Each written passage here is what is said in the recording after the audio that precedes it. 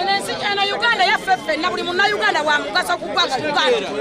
Buli munna Uganda anachato kugwanga Uganda. Atene kamba buli mwa people power. Esawa no twetaga bantu ba NRM na FDC. Twetaga ba people power. Obonsangana kusasa no yomba ne wunyo bwongo bwo busiri bwo ina. Bonsangana pepe ku no yomba nkwe wunya. Yenda kulokola gwe. Oba nina kulokola pepe ku kuna kusasira. Muzayi Museveni ye president w'eggwanga Uganda bwampita kikakata ko gana jali. Mubuli ebituluma ne bitunyiza. Tell was that Museveni wampita ntutalo. Oli president wa gwanga dambo boyagala batagala. Ensina munayagala okujifula Somalia obajifula Libya tekisoboka because Katonda yafuga enseno. Yalonda mukulembeza agikulembera. Bwana tusajja kumujjako omukulembeza omulajje. Mulekerawo kunafuya abakulembeza banna Uganda. Twekwase Katonda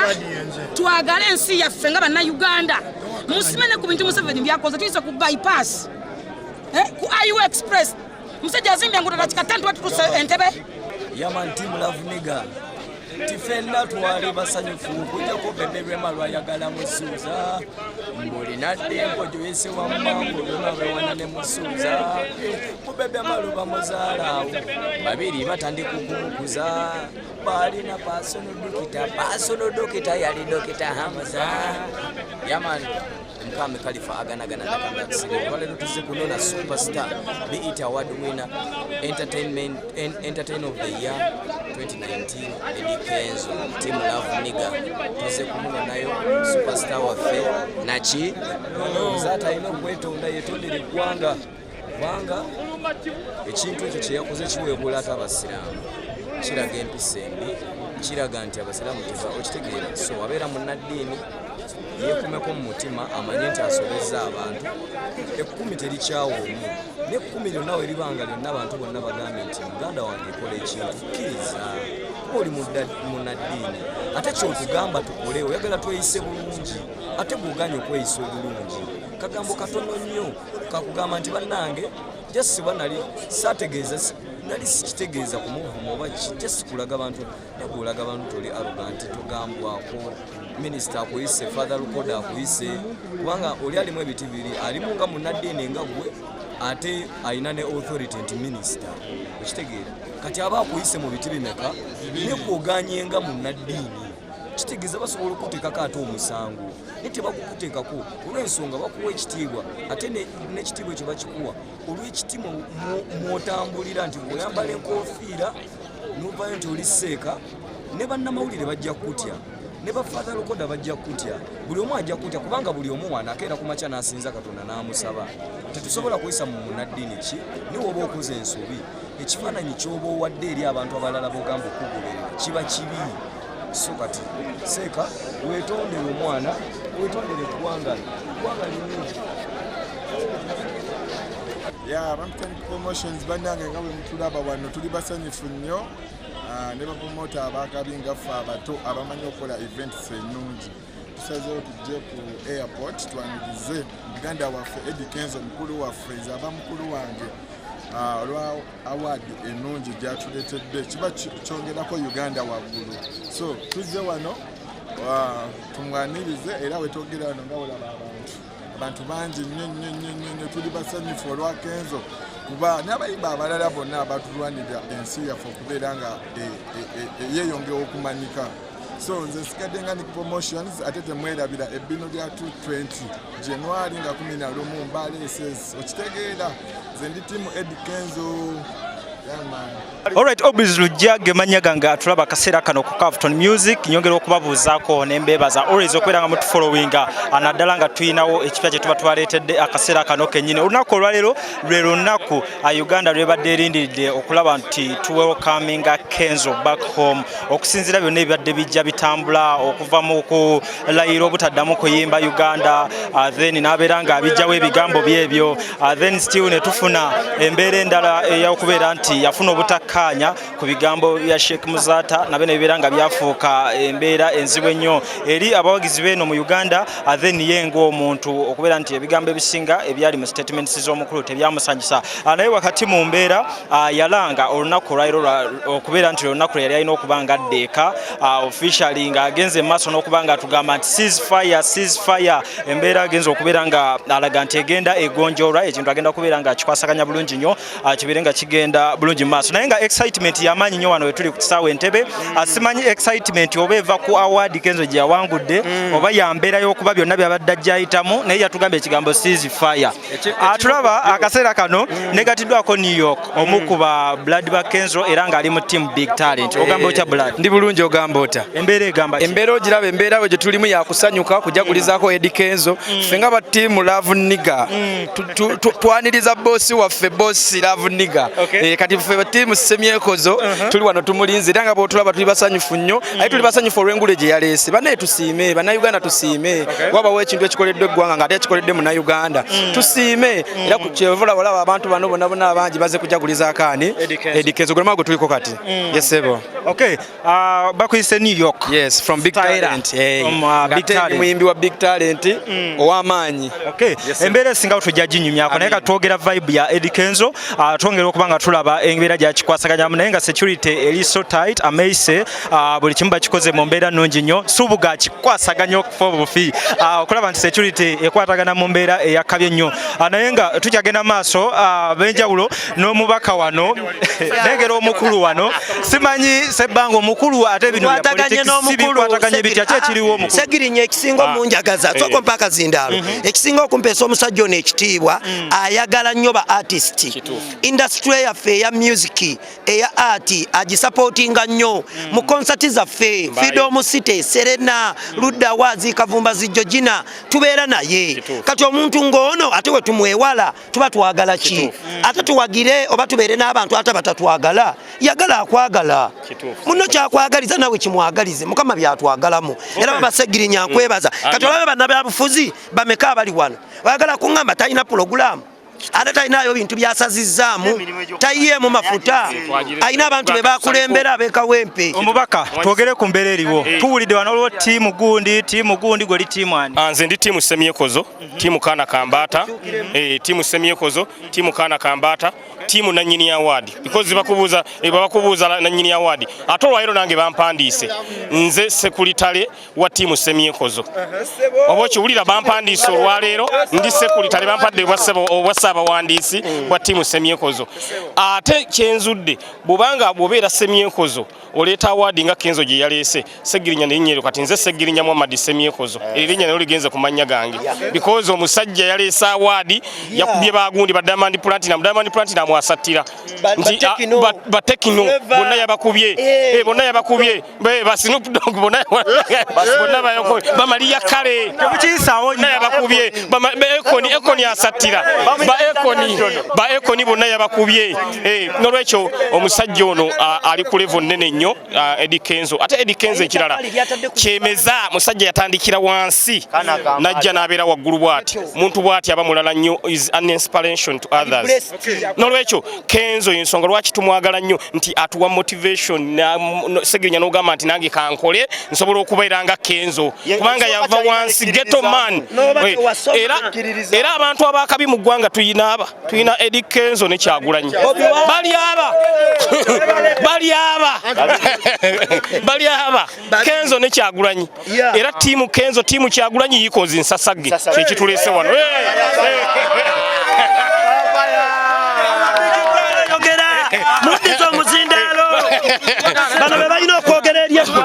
n'olwekyo kyenjagala okubategeeza kuli wano mu biti ebyo ndoza olaba ekitegeeza nti Kenzo w'amaanyi olaba ekiri wano olwaleero omuntu abantu gwe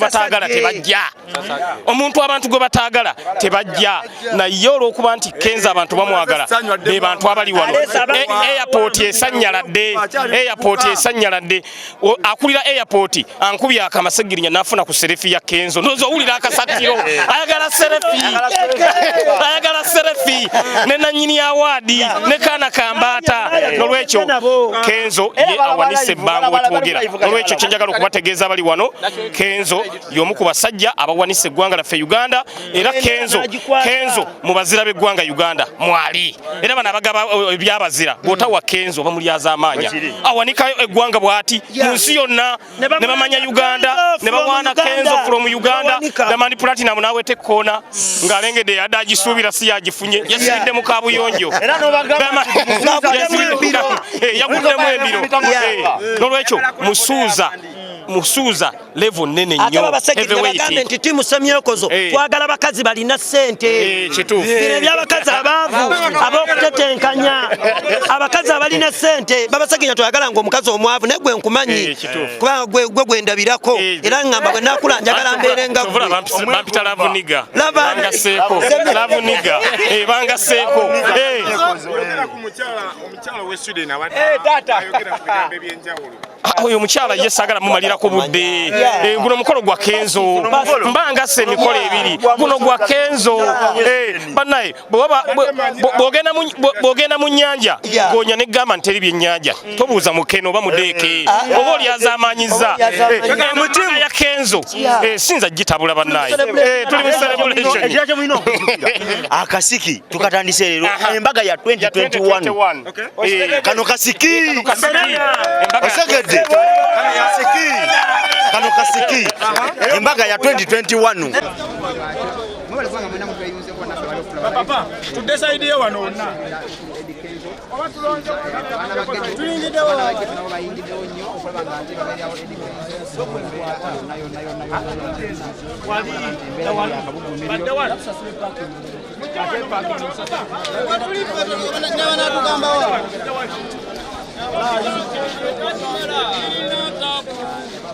Dokita gendo mugambe ananga bwe mage Dokita gendo mugambe Omuntu omukwata mu mirembe Mwagati ononere kwanga Mwata mamwe Kiriba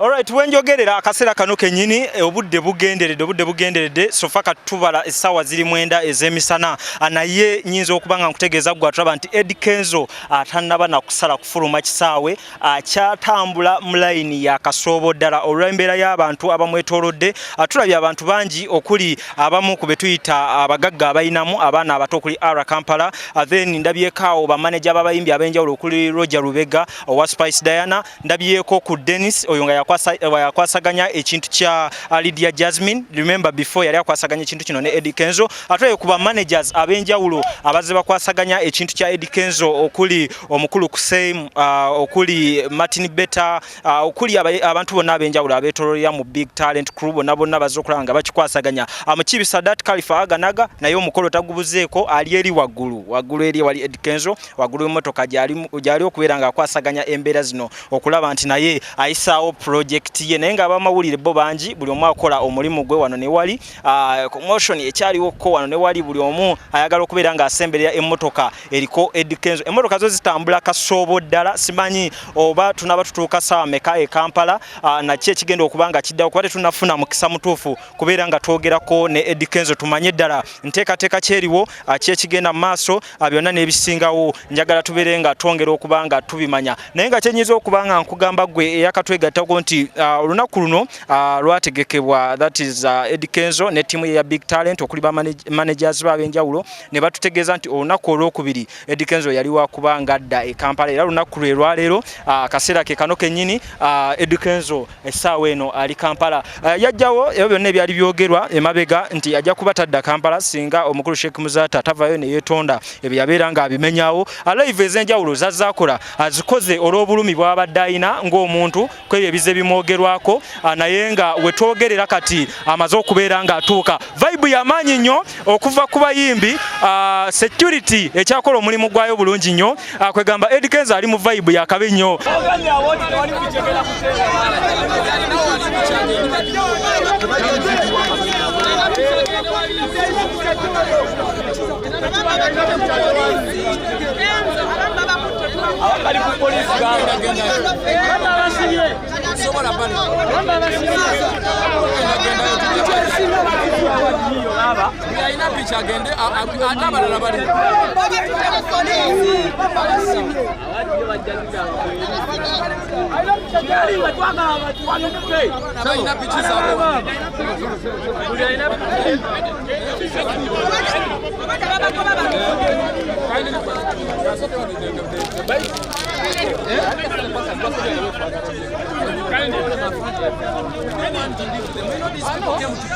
I'm saying just put aside, just video.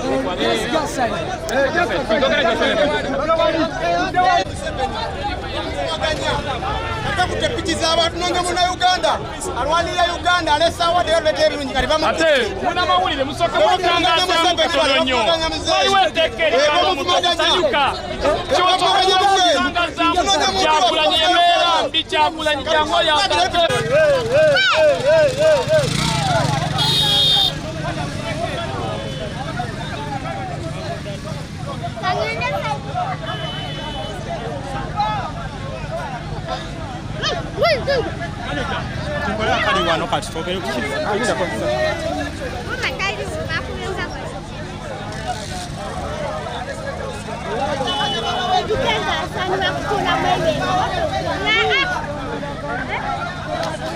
okubeera nga byebimu ku bifaananyi ebijja nga twaniriza Eddie Kenzo ng'akomyewo e Kampala tulindiridde tumanye ebigambo bya Eddie Kenzo officially naye nga akaseera kano tetunamufunamu kigambo kyonna officially tulindiridde oba natwala ku Bank Records studio ye weeri ne offices ze Makinde oba anabeerawo ekifo ekyenjawulo kye bategese okubeera ng'ayogererako byonna tulindiridde tulabe Eddie Kenzo kikyagenda okubeera ng'akola akaseera kano kambazeeyo tulabe embeera eno ate yo egenda kubeera ng'eggwetya Kenzo talina lutalo lwagana ne Muzata kola era ffe tetugenda mu ntalo tetwagala nsi ya ntalo tetwagala nsi ya buvuyo Kenzo tuka tugenda kuota itu celebrating award yaffe gyaleese nga ambassador Big Talent nga mahoteli ya chama tulina abantu abasinga waliwo abantu abaleesetaddewo embeera nga baagala Kenzo agende abantu abasinga okusudya Kenzo si bafaani be era tebaagala nsiggwanga Uganda tusobola kusudya Kenzo okugenda mu ttawuni muzeeyi muzata lwa nsonga ki muzeeyi muzata muzeeyi waffe muzadde waffe era Kenzo anaabawasa tugenda kumuyita ogereyo naawe temukona kujja muzeeyi muzata muzadde waffe era tumwetaaga ne ku mukolo gwa Kenzo agenda kubeerako n'olwekyo ensaawa eno tetwagala ntalo sanyo tulimu tetusobola kuliza mu maziga tugenda straight ku hotel tuserabotinge twogere tuzimba ne bitwala mu maaso obusungu n'obukyayina entalo byabadde byonna byaweddewo olw'ensonga ffe twayogera ne muganda waffe kati mwe abaagala entalo abaagala obukyayina obujja muli baddembe okuleetingawo embeera endala naye ffe tetulimu ebyo